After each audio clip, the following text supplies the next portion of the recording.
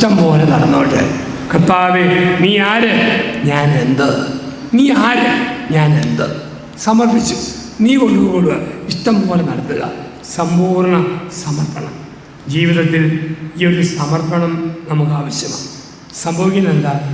സമർപ്പിച്ച വ്യക്തിയിൽ എന്ത് സംഭവിക്കണമെന്ന് സമർപ്പണം സ്വീകരിച്ച ആൾ തീരുമാനിക്കും. സമർപ്പിച്ച വ്യക്തിയിൽ എന്ത് സംഭവിക്കണമെന്ന് സമർപ്പണം സ്വീകരിച്ച ആൾ തീരുമാനിക്കും. അതാണ് വിവാഹം. വിവാഹത്തിൻ്റെ കല്യാണത്തിൻ്റെ അന്ന് കെട്ടുന്ന പുരുഷൻ വിറയ്ക്കും, വിവാഹം ചെയ്യുന്ന സ്ത്രീ ഒന്ന് വേർക്കും. കാരണം അറിയാം, ഇനി അവസാനത്തെ പെടൽ കുനിക്കലാണ്, ഇനി കുനിക്കാൻ ഇടയില്ല. അവൻ്റെ അവസാനത്തെ ചലനഘട്ടമാണ്, ഇനി കെട്ടാൻ ഒരവസരമില്ല. ഇപ്പം ജീവിതത്തിൽ സമ്പൂർണ്ണ സമർപ്പണം. ഒരു ഭാര്യയ്ക്കറിയാം, ഇനി എൻ്റെ ജീവിതത്തിൽ എന്ത് സംഭവിക്കണമെന്ന് ഞാൻ ആർക്ക് വേണ്ടി സമർപ്പിച്ചോ എൻ്റെ ഭർത്താവ് തീരുമാനിക്കും. ഭർത്താവിനറിയാം എൻ്റെ ജീവിതത്തിൽ എന്ത് സംഭവിക്കണമെന്ന് ഞാൻ ആർക്ക് വേണ്ടി സമർപ്പിച്ചോ ആ ഭാര്യയെ സ്വീകരിക്കും, തീരുമാനിക്കും. അതുകൊണ്ടാണ് കെട്ടുമ്പോൾ ആണുങ്ങൾ വിറയ്ക്കും. ഏത് പട്ടാളക്കാരനാണെങ്കിലും തോക്ക് പിടിക്കും വിറയ്ക്കാത്ത കൈ, താലി പിടിക്കും വിറയ്ക്കും. കാരണം പട്ടാളക്കാരന് പോലും അറിയാം രണ്ടാം ലോകമഹായുദ്ധം സഹിക്കാം. ഇന്നു മുതൽ ആരംഭിക്കുന്ന മൂന്നാം ലോകമഹായുദ്ധം അവന് ശക്തിക്കപ്പുറം. ഞാൻ കുറച്ച് നാൾ മുമ്പ് ഒരു കണക്കധ്യാപനെ കെട്ടിച്ചു. അവൻ കെട്ടിയത് ഇംഗ്ലീഷ് പഠിപ്പിക്കുന്ന ടീച്ചറെ. ചൂരൽ വഴി കുലുക്കി വിറപ്പിച്ച് അടിച്ച് പഠിപ്പിക്കുന്ന സാറ്. ഞാൻ നോക്കുമ്പോൾ ചൂരലിൻ്റെ നാലിൻ്റെ പകുതി കട്ടിയില്ലാത്ത ചീപ്പ് നൂൽ കെട്ടിതാലി കൊണ്ട് പെടലിൽ കെട്ടുമ്പം പിന്നെ കൈ കിടന്ന് വിറയ്ക്കുക. അവസാനം കഷ്ടപ്പെട്ട് കെട്ടിയൊപ്പിച്ച് യാത്രയായി. പിറ്റേ തിങ്കളാഴ്ച ഇവനും ഭാര്യയും കൂടി ഒരു കേക്കും കൊണ്ട് എന്നെ കാണാം. ഞാൻ കേക്ക് ആശീർവദിച്ച് മുറിച്ച് 2 ചെറിയ കഷ്ണം ഇവർക്കും കൊടുത്തു. തമ്മിൽ മുറിച്ച കഷ്ണം ഞാനും എടുത്തു. പോകുമ്പോൾ തോളിൽ ഞാൻ ചോദിച്ചു, പേടിക്കൊണ്ട കണക്കധ്യാപക, എന്നെ വിറയാണ് വരച്ചത്. സ്വന്തമായിട്ട് ഒരു ഭാര്യ കിട്ടുമ്പം കുറേ കൂടി ധൈര്യമല്ലേ വരേണ്ടത്. അവൻ ചോദിച്ചു, ആഹാ അച്ഛ, അത് വിറയാണെന്നാണ് ഓർത്തെ. ഞാൻ പറഞ്ഞു, കൈ കഴിഞ്ഞിങ്ങനെ തുള്ളുന്നത് വിറയല്ലാതെ വേറെ വല്ലതുമാണ്. അവൻ പറഞ്ഞു, പൊന്നച്ച, വിറച്ചതല്ല, കത്തോലിക്ക സഭയിലെ ഗൗരവമുള്ള ഒരു കൂദാശയുടെ സ്വീകരണമല്ലേ, വിറച്ചതല്ലച്ച. പിന്നെയോ പരിശുദ്ധാത്മാവിൻ്റെ ആഗമനമാണ് സമ്പൂർണ്ണ സമർപ്പണം. സമർപ്പിച്ച വ്യക്തിയിൽ എന്ത് സംഭവിക്കണമെന്ന് സമർപ്പണം സ്വീകരിച്ചാണ് തീരുമാനിക്കുന്നത്. ഫ്രാൻസിസിൻ്റെ 44 വർഷക്കാലത്തെ ജീവിതം ഒരു ഊട്ടുമേശയായിരുന്നു, ഒരു ഡൈനിങ് ടേബിളായിരുന്നു.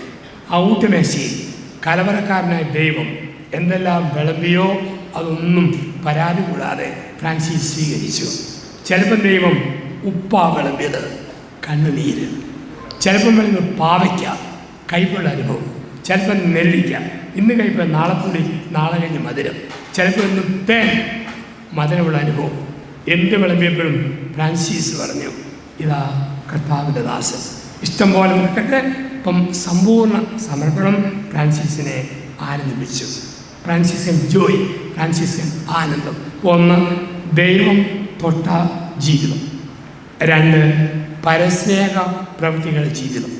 3, പരാതിയില്ലാത്ത ഫ്രാൻസിസ്. 4, സമ്പൂർണ്ണ സമർപ്പണത്തിന് ഫ്രാൻസിസ്. 5, അവസാനമായി നമ്മൾ കാണുന്നത് ഫ്രാൻസിസ് ആനന്ദിച്ചതിൻ്റെ കാരണം. ഫ്രാൻസിസൻ ആധ്യാത്മികൻ.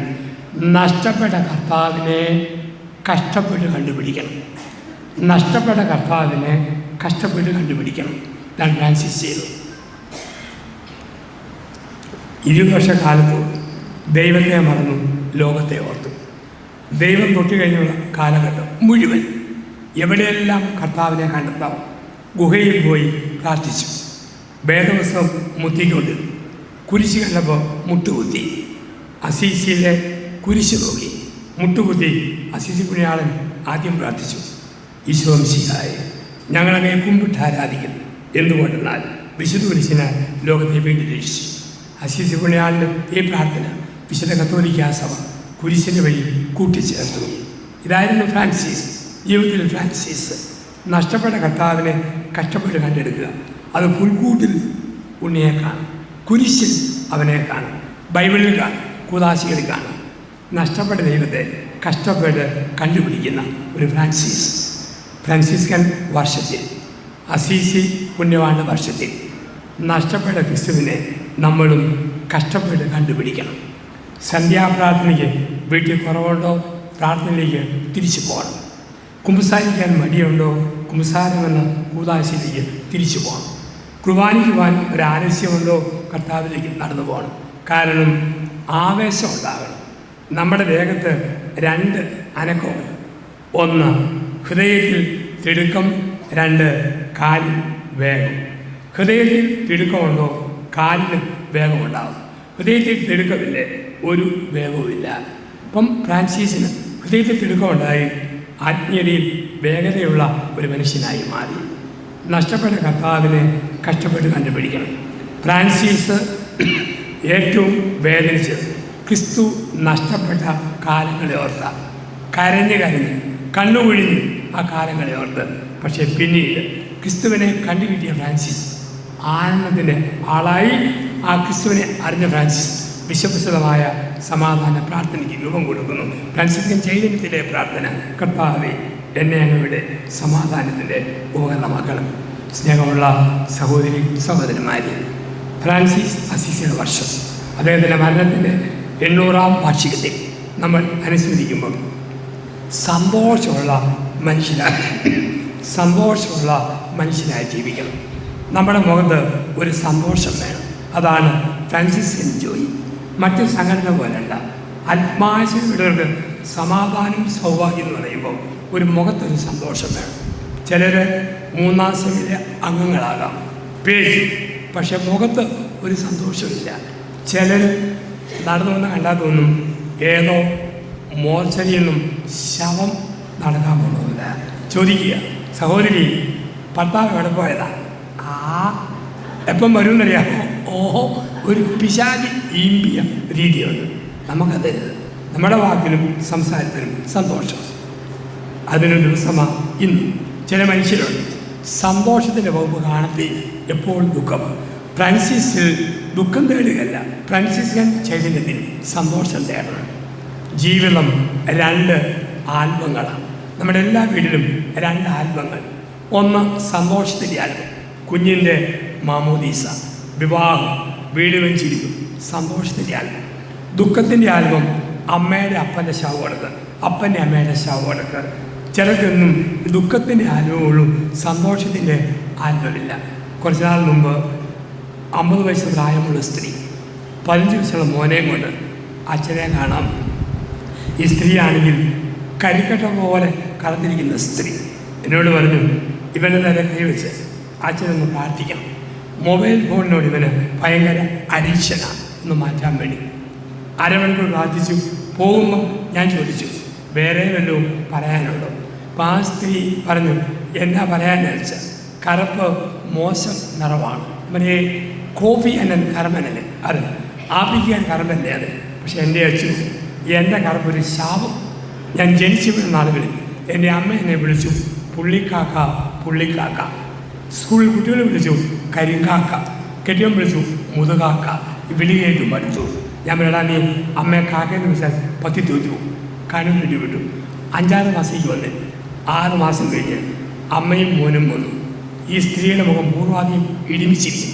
ഞാൻ ചോദിച്ചു, എന്നാണ് വിശേഷം? ഓ, എന്നാ പറയാന്ന് വെച്ചാൽ ഒരു ഇടിവില്ല, ഏതാണ്ട് പോയി. ഞാൻ ചോദിച്ചു, കാക്ക വല്ലതും പ്രശ്നമുണ്ടെങ്കിൽ? കെട്ടിയവൻ കാക്കയെന്ന് വിളിച്ചില്ല, നാട്ടുകാരെ വിളിച്ചില്ല, ഈ മോൻ വിളിച്ചോ ചോദിക്കും. ഞാൻ ചേട്ടാ നിൻ്റെ അമ്മേ, പിന്നെ കാക്കയെന്ന് വിളിച്ചു. വിളിക്കുകയെന്ന് ഞാൻ പറഞ്ഞില്ല അച്ഛാ. പിന്നെ അമ്മയുടെ ദുഃഖം എന്നാ? അച്ഛൻ അമ്മയോട് തന്നെ ചോദിക്കും.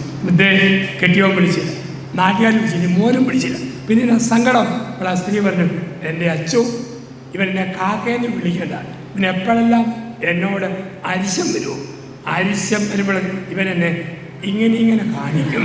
ഇതാണ് പ്രശ്നം.